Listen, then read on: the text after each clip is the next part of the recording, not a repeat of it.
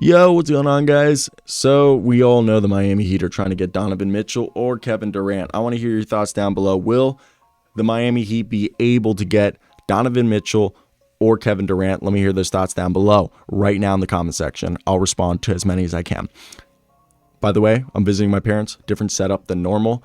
And also, only 6% of you are subscribed. 94% of you are unsubscribed, and we're on the way to 10,000 subscribers. So please subscribe right now. Smack that, subscribe button with your full head.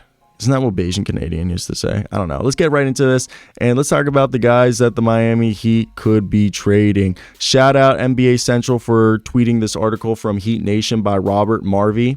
So peep him. And supposedly the Miami Heat are trying to make a major swing at Kevin Durant or Donovan Mitchell. But as everyone knows, they don't have the capital to get them. And that's not just draft capital. And that's players, because both teams are not interested really in any of the players they have to offer, and the players they have to offer aren't the players that teams want. So obviously, as you guys know, Miami lost to Boston in a 7-game series, failed to reach 100 points in 3 of the final 4 contests versus the Celtics. Getting Durant will fix that offense easily. Okay, and this was a team that ranked 17th in points per game, Miami Heat, and 28th in pace. Both numbers obviously need to increase if the Heat want to win their 4th championship. And Tyler Herro seems to be someone they'd be willing to part with, and he could net them at least 1 to 2 first-round picks, potentially, but I think Tyler Herro is more valuable as being part of a trade asset going to either one of those teams, so they're not going to trade Tyler Herro for picks. They're going to trade Tyler Herro in the package to get Durant, to get Mitchell, if that does happen, because Tyler Herro is more valuable that way than trading him for said picks. Now, when we look at the Miami Heat's roster, who could the Heat trade? Okay, the Heat have some players that, yes, they could trade. Obviously, the ones that aren't going to be traded are Butler, Adebayo, and I assume Caleb Martin, because he did just sign a new deal, and Victor Oladipo, because they just recently signed deals, they can't be traded until I think mid-December or mid-January. So those guys can't be traded. So we're looking at Max Strus, Gabe Vincent, and Omar Yurtseven. I think if you package Strus and Gabe Vincent, you can get at least 1 first-round pick for Strus and Gabe Vincent. And they're not going to be able to trade Duncan Robinson.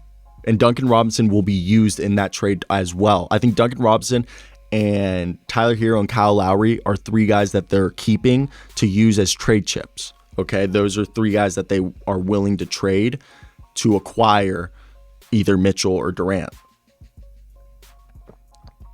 In this way, I think you could package Strus and Vincent and get easily a first-round pick from somebody. You might even from a championship team, said like the Lakers, I could see them, I was going to say, no, they don't have enough picks, but I could see them giving you 1 pick for those 2 players. Now, I think another team you could look at, like the Portland Trailblazers, they'd also probably be interested. I think a lot of contending teams that are right outside of a top 6 seed, roster-wise, if you looked at it on paper, could take Strus or Vincent for a first-round pick. Now, could Kyle Lowry or Omar Yurtseven's a little harder because he's a big man and their values diminish, even though he did look impressive at times. So you think Kyle Lowry, okay, who's going to be able to take Kyle Lowry, and who the hell would want Kyle Lowry at this point? So it's actually very hard. I want to hear your thoughts down below. Who can net you assets that's tradable? Because Caleb Martin, Victor Oladipo, under the recently signed contract, rule, you can't trade them for a few months. For I think it's like 90 days, or I'm wrong. I think it's more than 90 days. It's like 120 days, something like that. It's a few months. And Kyle Lowry, he's too old to get you a first-round pick. Nikola Jovic, you could go get a first-round pick. You could probably package Jovic and Omar Yurtseven for a first-round pick, maybe 2 first-round picks if the team you're trading the Jovic for is very high on him, and they give you 1 unprotected and 1 very protected pick. So I could see that. Here are 2 trades: Gabe Vincent and Max Strus, or Gabe Vincent and Nikola Jokic.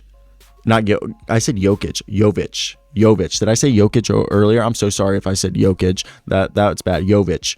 So Nikola Jovic and a combination Jovic packaged with Strus or Vincent or year 7 can get you 1 first-round pick guaranteed, maybe 2, with 1 being unprotected and the other being heavily protected. Strus and Vincent together, personally, I think can get you.